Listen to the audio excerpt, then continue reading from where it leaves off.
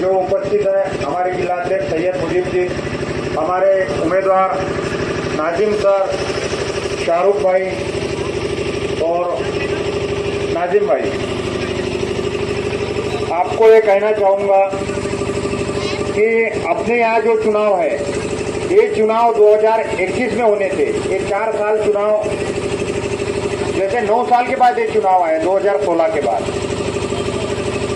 तो अभी माहौल ऐसा है कि ये 4 साल जो थे, तो 4 साल में जो प्रशासक था नगर परिषद का, वो मुख्याधिकारी था।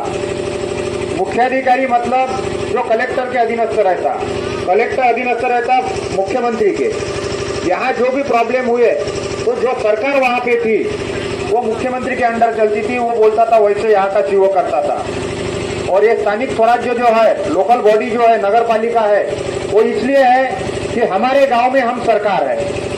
ये सोच के तहत एक रखा गया है कि अगर अजीतपुरी की कोई समस्या है तो अजीतपुरी की समस्या के लिए कोई बाहर का आदमी, गांव के वो कोने का आदमी आके यहाँ के समस्याओं के बारे में बात नहीं रख सकता।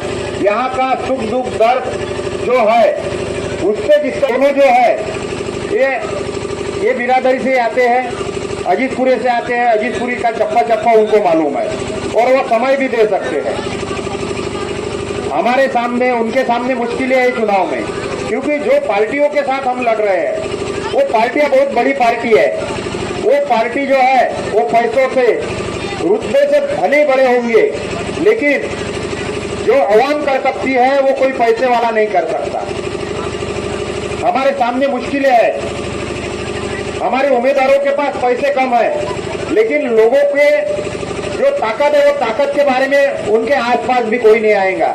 क्योंकि हमारे मराठी में एक कहावत है, गांव करेल से राव करना नहीं। मतलब गांव ने, मोहल्ले ने जो सोचा वो कितनी भी बड़ी हस्ती रहे अकेली, फिर वो हस्ती कर नहीं सकती। जो अगर सोचती बसती तो हार जाएगा बड़े से बड़ा उसके सामने हस्ती। आपके बस्ती ने जो ठाना है, जो सोचा है, जो समझ इतने सालों के बाद आप में पैदा हुई है, नौजवानों में पैदा हुई है कि हमारा रहनुमा जो है वो हमारे मोहल्ले से होना है।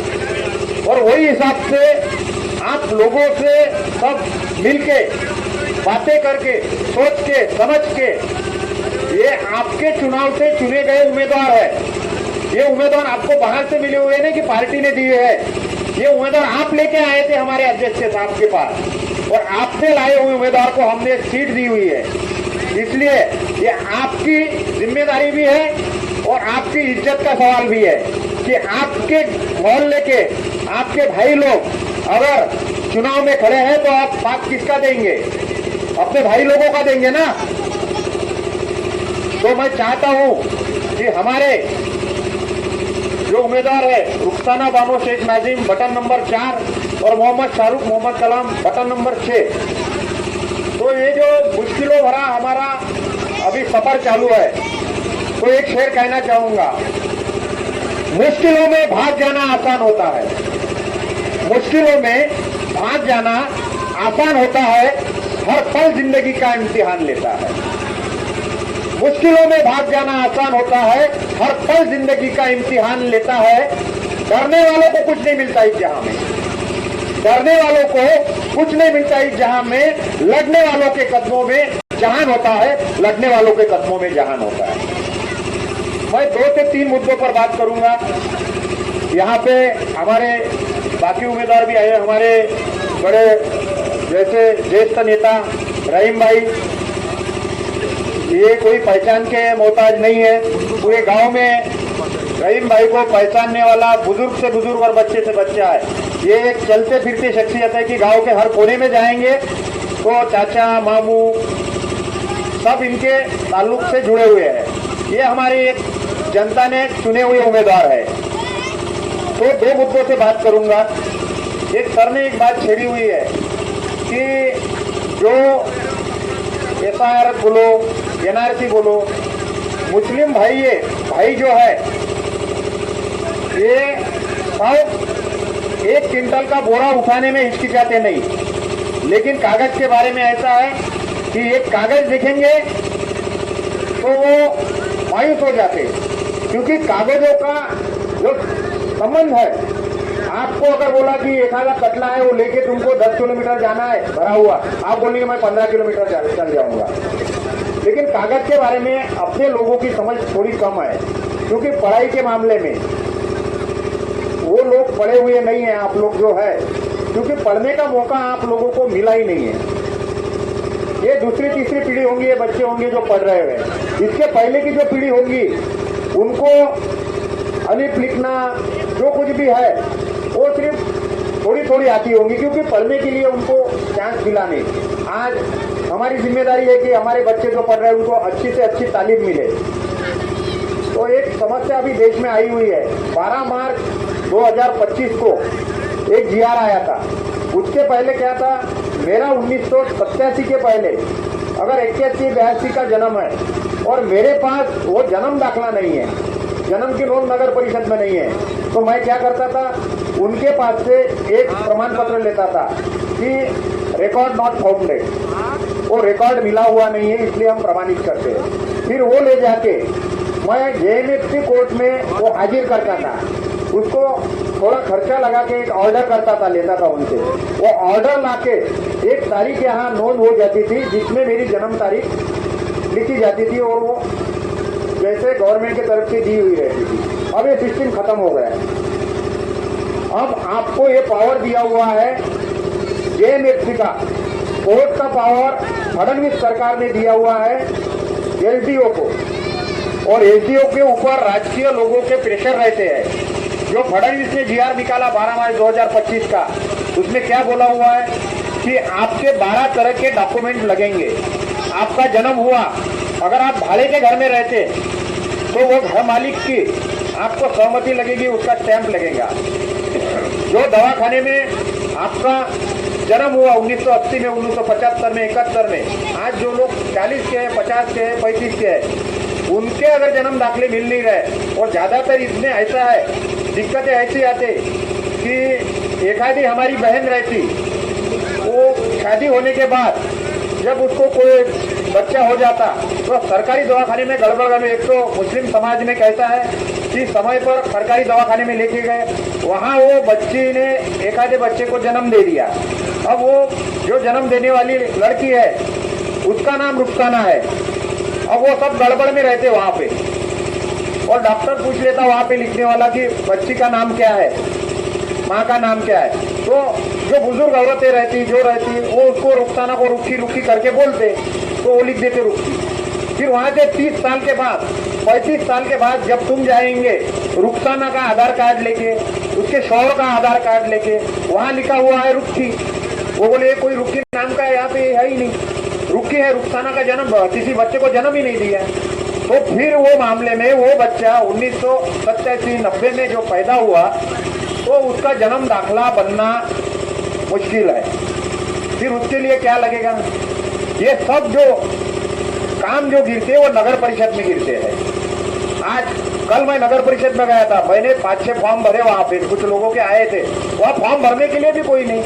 कर्मचारी लोग जो है, जरा सुनाओ, तुम्हारे हाथ से भरो। अब इतने 250 कर्मचारी नगर पालिका के पास है, टीचर से लेके सफाई कामगार तक, उसमें पढ़े लिखे भी है। कचरा उठाने वाले को तुम 8-8, 10-10 हजार रुपए महीना दे रहे। 2 लड़के वहां अगर बिठा दिए और जन्म मृत्यु नोंद के बाजू में एक लड़की अगर लिखने वाली अच्छी वहां रख दिया अपन ने नगर परिषद ने, कोई औरत फॉर्म भरने के लिए वो लड़की से भर लेंगी, कोई आदमी आया वो लड़के से भर लेगा। इतने कर्मचारी है, भर के दे सकते ना। गरीब के सामने वो सांप को देख के डरता नहीं, वो कागज पर जो लिखा हुआ है और कलम देख के डरता है, वो मायूस हो जाता है। आरक्षण खुला एपीएमसी में बोलो कहीं, तो उनके छोटे बच्चों को और कुछ बनाना होगा, फिर खासदार का चुनाव है तो उनको खासदार बनना होगा, और फिर बच्चे को आमदार बनना होगा। मतलब उद्धव ठाकरे ने जो बोला था, माझे कुटुंब माझी जवाबदारी, आमदार साहब मतदार संघ की जवाबदारी भूल गए। वो बोला मेरी कुटुंब मेरी जिम्मेदारी, मेरे बच्चे को इंजीनियर बनाया था, वो नौकरी छोड़ के आया। अरे यहाँ हम घरदार छोड़ के हमारे बच्चे कंपनी में 5-5, 6-6, 8-8 हजार रुपए से काम कर रहे। तो हम उनसे उम्मीद रखते थे कि वो एक आधा कारखाना चालू करेंगे उनके बच्चों के हाथ से MIDC में, और यहाँ के 200 लोगों को रोजगार देंगे। वो नहीं कर रहे। उनका लड़का इंजीनियर होने के बाद आ रहा है। एक दूसरा इंजीनियर है अविनाश गायगोले, वो बोल रहा मैं इंजीनियर गाँव का। इतने सालों से गांव में रास्ते खराब है, एखादी पर्ची थी, कंप्लेंट की नगर परिषद ने, अविनाश गायगोले ने। इंजीनियर है, कब याद आया इनको? वो डॉक्टर भी साहिबा है, वो बोल रहे मैं डॉक्टर हूँ। उनको कब आया डॉक्टर हूँ करके? जब एससी का आरक्षण निकला, बाबा साहब ने जो संविधान दिया, वो संविधान से एससी का आरक्षण निकला, उनको सबको याद आ गया कि मैं डॉक्टर हूँ, मैं इंजीनियर हूँ, मैं एससी हूँ। तो मैं इतना कहना चाहूंगा, मैं आप लोगों के बीच में हूँ। मैं ना कोई इंजीनियर, ना कोई मैं डॉक्टर, ना किसी नेता का बच्चा, ना मैं कोई डॉक्टर, ना कोई इंजीनियर, ना कोई नेता का बच्चा। मैं कार्यकर्ता हूं, एकदम सीधा और सच्चा। आप कार्यकर्ताओं को वोट दीजिए, कार्यकर्ताओं को चुन के दीजिए। जिसको पूरन पोली दी उसको क्या जवारी की रोटी दे रहे, उसको या क्या कंट्रोल के गेहूं दे रहे, उसको पहले बिरयानी खिला दिया आप लोगों ने मेहनत करके। तो ये 2-4 मुद्दों पे घरकुल का मुद्दा है। 2011 में यहाँ की झोपड़पट्टी नियमानुकूल हो गई, 2016 में गैजेट नोटिफिकेशन आ गया। फिर भी ये हाईवे के बाजू में जो घर टूटे, रफीक शाह है वहां पे, दुल्लू शाह है, उनके घर टूटे। कौन आया वो टाइम में? वो टाइम में विनीत डोंगरजी था जो अधिकारियों से भिड़ा था। वो टाइम में वो पुल जो टेढ़ा हुआ है, वो मैं ज्यादा बड़ी बात नहीं, मेरे बदौलत है टेढ़ा हुआ है। तो पट्टी पूरी जाती थी, वो गावंडे का तो घर टूटा ही, बाकी सब घर टूटते थे। आप उनसे पूछ सकते हैं। नवनीत राणा आमने सामने थी अमरावती में, उसके बाद कमलकांत लाडोड़े थे, शिवो थे, वहुरवा। नवनीत राणा से जो लड़ा मैं, वो अधिकारियों से लड़ा तो मैं ही था, क्योंकि मेरे पास कागजात थी। 1981 1970 के यहाँ के टैक्स पहुंचे हैं, इलेक्ट्रिक के बिल है बहनियों के यहाँ के लोगों के, वो सब लोगों के कागजात निकाल के मैंने बोला कि ये रजिस्टर्ड झोपड़पट्टी अजीजपुरे पे कोई फावड़ा भी नहीं लगा सकता, क्योंकि ये संरक्षित की हुई है। और जब तक यहाँ के घर हटाने हैं रोड के भी, आप पैसे देंगे नहीं 5-5 8-8 10-10 लाख, तब तक यहाँ के घर को आप हाथ लगा सकते नहीं, क्योंकि chief officer custodian of slum area, ये स्लम एरिया का कस्टोडी नहीं थी, वो कैसे हटा सकते हैं? पहले पैसे देने पड़ेंगे, बाद में झोपड़पट्टी हटानी पड़ेंगे। तो ये जो मालूमात है, मैं गए 15-20 साल से नगर परिषद के हद तक काम कर रहा, बहुत सारे चीजें मुझे मालूम है। आपको जाति के धर्म के नाम पे गुमराह किया जाएगा, लेकिन वहां जाने के बाद महसूल मंत्री फड़ा, इसने बोला बावनपुर में 14 शहर है, अचलपुर है, अंजनगांव है, उसमें आप गूगल पे सर्च कीजिए। ये 14 शहरों में जितने भी जन्म दाखिले हम SIT तैयार करेंगे, SIT के माध्यम से ज्यादा लोगों के ऊपर गुने दाखिल करेंगे और उनको डिपोर्ट भी करेंगे। उनका अगर कुछ नहीं, उनका नागरिकत्व खत्म कर देंगे। आने वाले 27 मार्च 2026 तक जिनके जन्म दाखिले नहीं है, वो अगर तैयार कर नहीं पाए तो आप एक ऐसे कैंप के लिए तैयार हो जाइए, जैसे रिफुजी के कैंप से आपको जैसे बांग्लादेशी रोहिंग्या के जैसा ट्रीट किया जाएगा। उस समय में खासदार नहीं आएगा, आमदार नहीं आएगा। 9 बच्ची टूटी, खाना खासदार आया, न आमदार आया। हमारे जो मसले, वो मसलों पर बात करने के लिए मैं आपको उम्मीद देता हूँ। हमारे जिला अध्यक्ष यहाँ पे है, मैं नगर परिषद में नगर अध्यक्ष की जहाँ कुर्सी रहेंगी, उसके बाजू के कुर्सी में मेरे जिला अध्यक्ष यहाँ पे मुजीब भाई बैठ के रहेंगे। और आप कभी भी आइए, आपको हम दोनों भाई मिलके आपकी समस्याएं सुलझाएंगे। और आप सभी लोग ये सभी जो बात सुने, उसके लिए मैं आपका शुक्रगुजार हूँ। और आप पतंग को ज्यादा से ज्यादा वोट देके, ज्यादा से ज्यादा वोटों से वहां से हरा परचम लहराने वाला एक ही पार्टी है, वो सिर्फ MIM है। बाकी सब आपको अलग अलग दिखेंगे, लेकिन MIM की जीत मतलब ओवैसी साहब की जीत, ये जीत के लिए आप लोगों की साथ की उम्मीद है। और हम लड़ेंगे, हम जीतेंगे और वहां पे जाके MIM